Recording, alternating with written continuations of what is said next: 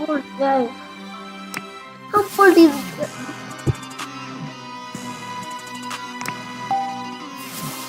I think beyond.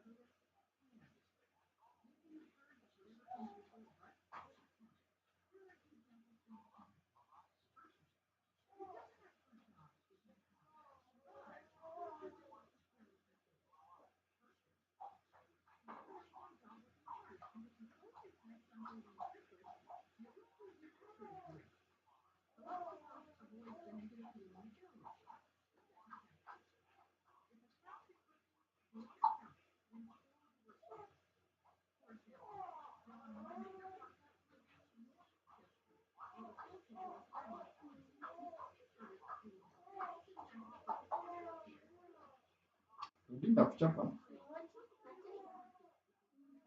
Wewe unafanya?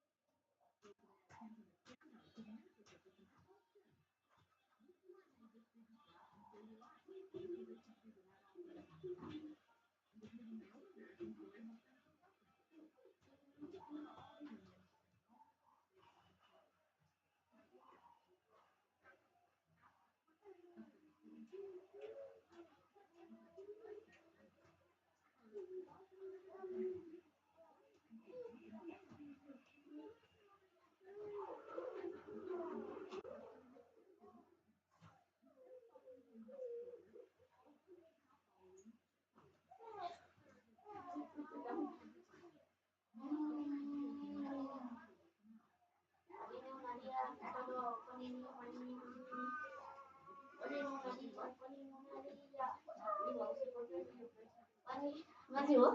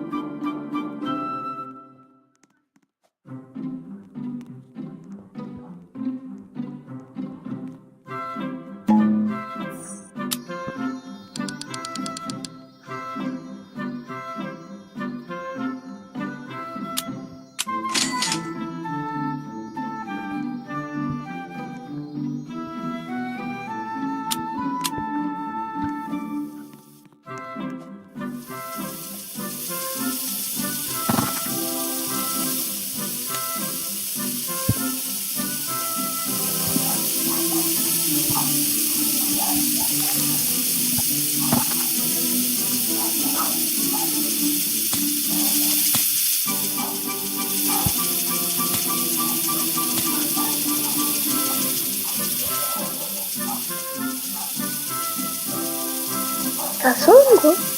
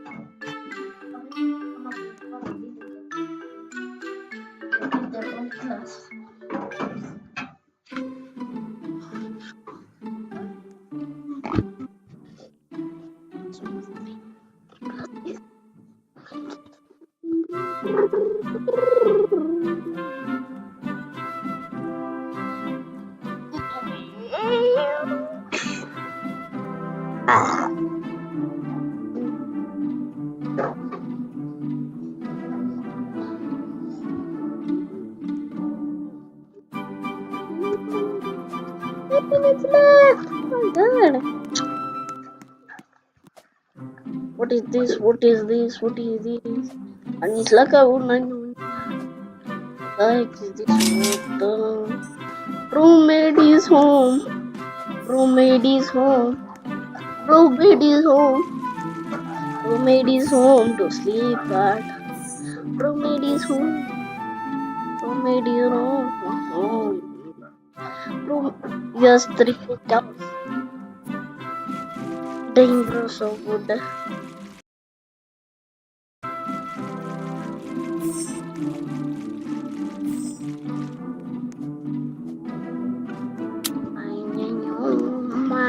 Cinta.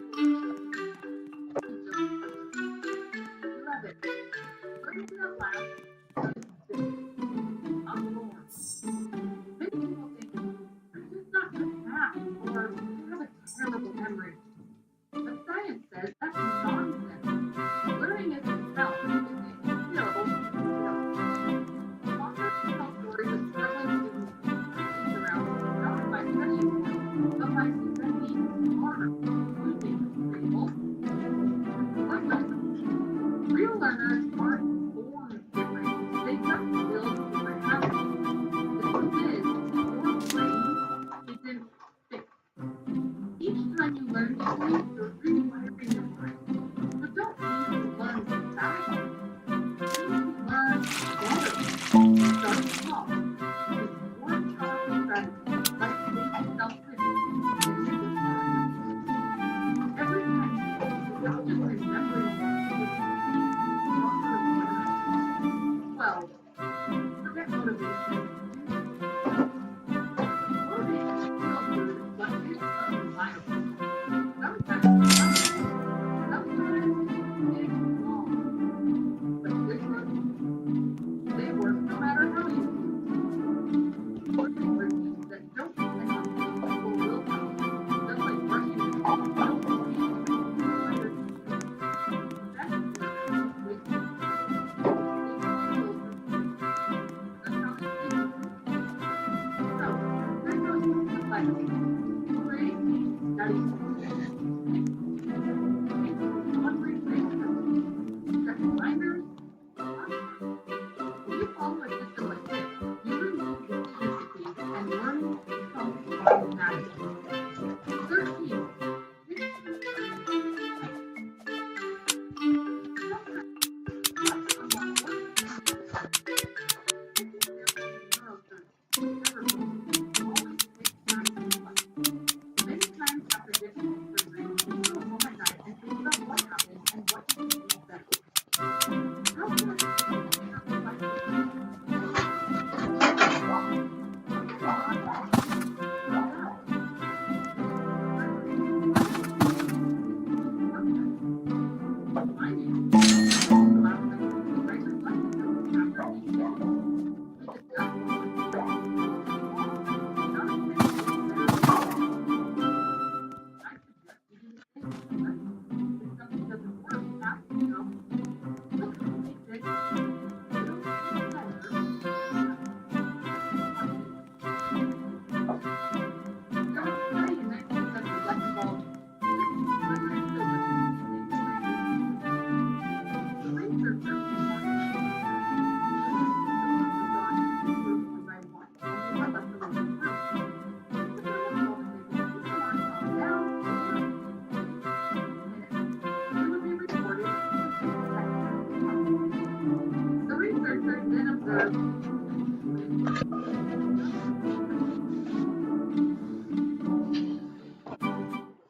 They did whatever they could, like showing their eyes with their hands, talking to themselves, singing, and so on.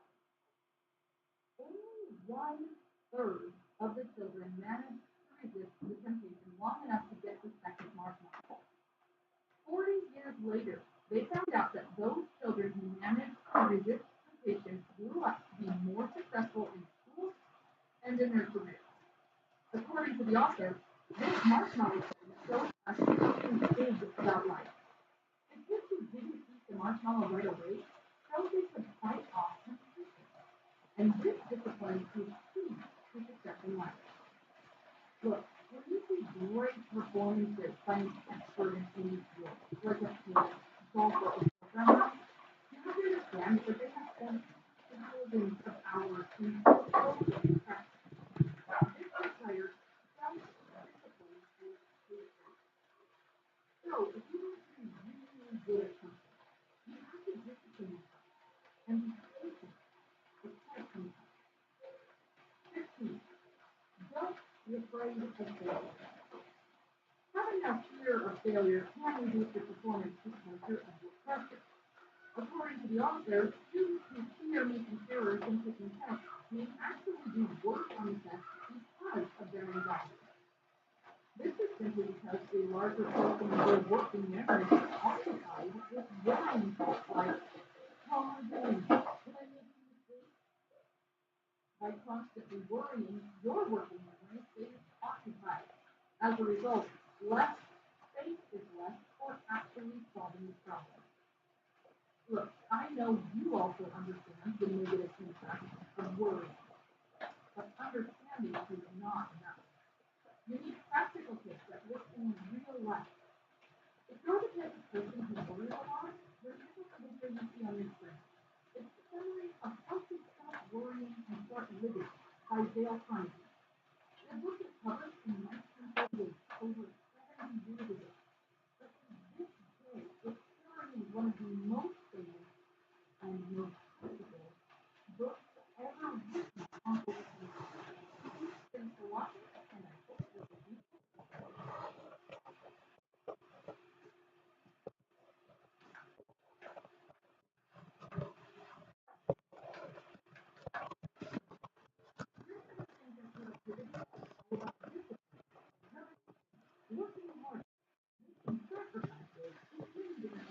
life.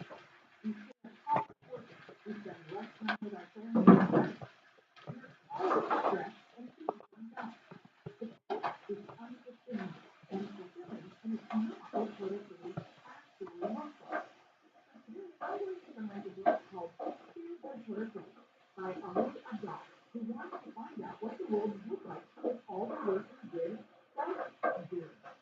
The book is packed with practical tips, and one of the simplest tips was to ask yourself, what would it look like if it was my how can I make feeling this fun? The first thing that comes to mind was, wouldn't it be awesome if I had someone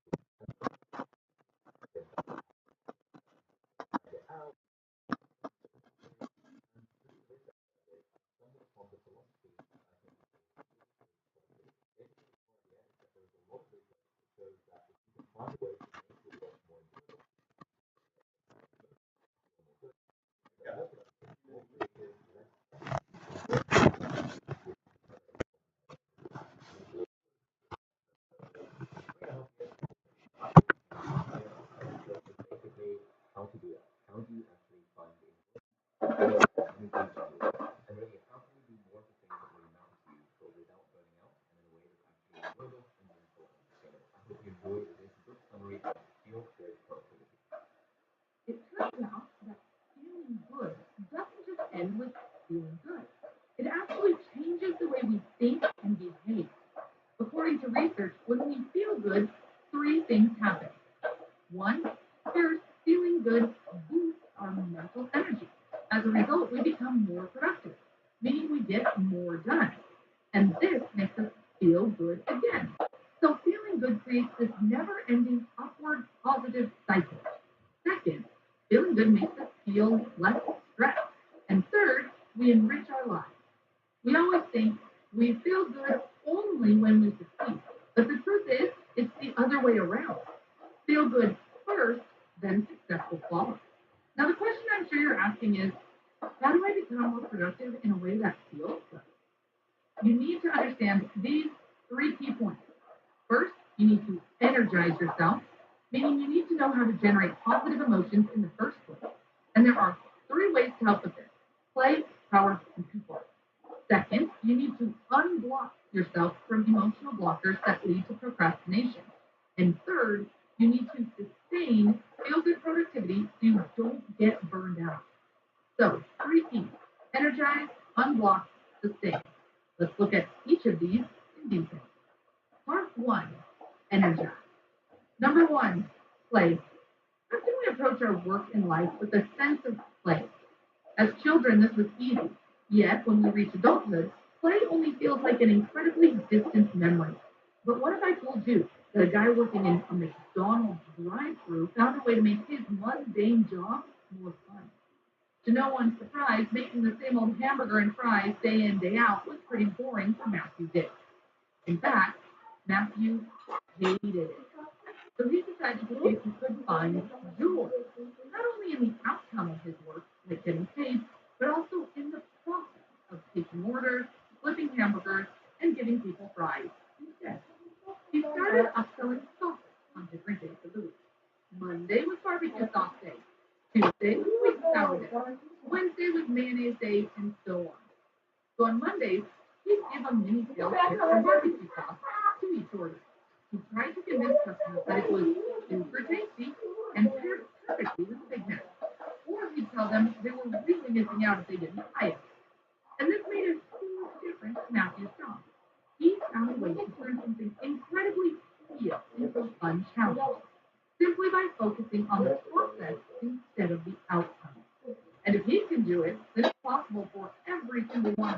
our work just 10% more enjoyable. You just need to ask yourself one key question. What would this look like if it was fun? Ali calls this the magic post-it note experiment because he originally wrote this question down on a post-it note and stuck it to his computer monitor. It just needs to be written somewhere so you can remind yourself of it every single day. These 9 words are incredibly powerful, and there's always a way to apply them. If you're studying, could you put on some background music? If you've got a lot of emails and admin work to get through, could you go and get it done in a local cafe? Could you work with friends? Track your progress by ticking off tasks on a to-do list, or set a timer and try to complete the task. There are loads of ways to make things more fun. You'll always come up with some pretty good answers to the question. And most importantly, when we are having fun and feeling good, we know that productivity takes care of itself. Number 2, power. This is the second energizer of feel-good productivity. Power means personal empowerment. It's something we feel, the energy that makes us shout from the rooftops, I can do it. Back when Ali was a student at university, he used to work as a walk-around magician at balls and parties, wearing a smart tuxedo and a big smile on his face. Even though, deep down, he was terrified. But he flipped the confidence switch, and it turns out that this is an incredibly effective way to feel more empowered. So, let's see how this works. A study done at the University of Illinois Urbana-Champaign recruited 28 female students who didn't exercise very often. And they all had to cycle on a stationary bike while their heart rate and VO2 max was measured. VO2 max is a measurement of how much oxygen your body can absorb and use during exercise. After they'd all done, the researchers split the students into 2 groups. Group A was the high confidence group, and they were told that they were a lot fitter than other women of a similar age and fitness level. Group B was the low confidence group, and they were told the opposite. They were pretty unfit compared to other women of a similar age and fitness level. Now, the very tricky thing about this experiment was that these groups didn't actually mean anything at all. In fact, the students had been put into these 2 groups totally at random. So the high confidence group wasn't actually the fittest, they were just tricked into believing it. And the low confidence group wasn't actually worth an exercise. Again, they just received false feedback. So then, 3 days later, the students came in for another exercise session. And the results were really interesting. Those in the high confidence group enjoyed the exercise a lot more than the low confidence group. And this was especially true when the exercise was challenging. It didn't matter what their actual fitness level was. Instead, it was more to do with how they felt about their ability. And this is what we call self-efficacy, which you can broadly think of as your self-confidence. This study, together with others, tells us that feeling good about our ability to complete a task makes us feel good when we're doing it and helps us do it better. And your self-efficacy isn't fixed. It's something you can learn and develop over time. And you can even be your own cheerleader. When you tell yourself motivating things like, you got this, you're doing well, you can push through this. These words are incredibly powerful. And this is what Ali means by flipping the confidence switch. You have to challenge yourself to act in a way as if you're confident, even if it feels far from the truth. So when you don't feel good enough or something feels really difficult, ask yourself these 2 questions. What would it look like if I were really confident? And what if I approached this task feeling confident that I could do it? These questions help you visualize yourself as someone who's confident. They help you overcome self-doubt. And it's exactly how Ali turned himself from an amateur magician into a professional in just 1 night at university. Instead of feeling scared about interrupting conversations, he'd visualize himself introducing himself easily. Instead of worrying about stumbling over his words, he'd think back to all the times he'd rehearsed his performance. And instead of overthinking his magic trick, he'd take a deep breath and remind himself that he was a confident and competent magician. You'd be incredibly surprised at how much of a difference this switch can make. Number 3, people. So the third energizer is people. As humans, we're all social creatures, even the most introverted amongst us. Our social interactions have a huge effect on how we feel.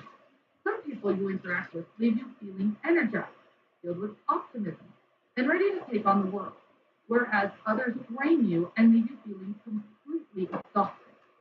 These are the energy vampires. So what's important here is to find more ways to work with energizing people around you. When Ali was writing this very book, he often attended what he called Writer's Hour sessions. These are free online Zoom calls hosted by the London Writers Salon every weekday, where people spend 50 minutes writing alongside each other. And Ali found them to be incredibly useful. In fact, there are many reasons why working with energizing people is beneficial. One, when you're working in synchronicity with others, it massively boosts your productivity, focus, and energy. And you don't even need to be working on the same thing. Two, it makes the task more fun. So it sprinkles in that element of play that we talked about before. Three, thinking about the people you're working alongside as your team helps you channel a comrade mindset over a competitor mindset. So you work together instead of against each other. And four, it makes you want to help both yourself and others. So as Ali attended more of these writers' hour sessions, he started to get to know other people a bit more, and they started leaning on each other for support. And when you help other people, your brain releases this big wave of a chemical called oxytocin, which makes you feel really good, and sometimes for up to days afterwards. This helper's high works in reverse too. Ali explains that asking for help, when done right, makes the person that helps you also feel good. This is called the Ben Franklin effect. Why? Well, because Benjamin Franklin, one of the founding fathers of the United States, once had a rival, and this rival really didn't like Benjamin. He was saying lots of bad stuff about Benjamin to stop him winning the re-election in Pennsylvania in 1737. But despite this, Benjamin did something very surprising. He wrote a letter to his rival asking to borrow a rare book from his library, and to his surprise, the book was granted. Afterwards, he then returned the book with a thank you note, and from that point onwards, their relationship began to improve. In fact, they became great friends. Asking for someone's help makes them think better of us, because our feelings change to match the action we've taken. So the key takeaway here is that asking for help from someone is a gift to them, not a burden, as we so often think. And here's a three-step process to put this into practice. Number one, always remember that people are more willing to help than you think. Number two, try to ask for help in person instead of virtually if you can. And number three, ask for help using the right language. Don't use negative phrases like, feel bad for asking you this. Try not to make it transactional by saying, if you help me, I'll do this for you. And instead, emphasize the positive reasons why you admire that person and their help. So you could say something like, I started to work on X, Y, and Z, and it really had an impact on me.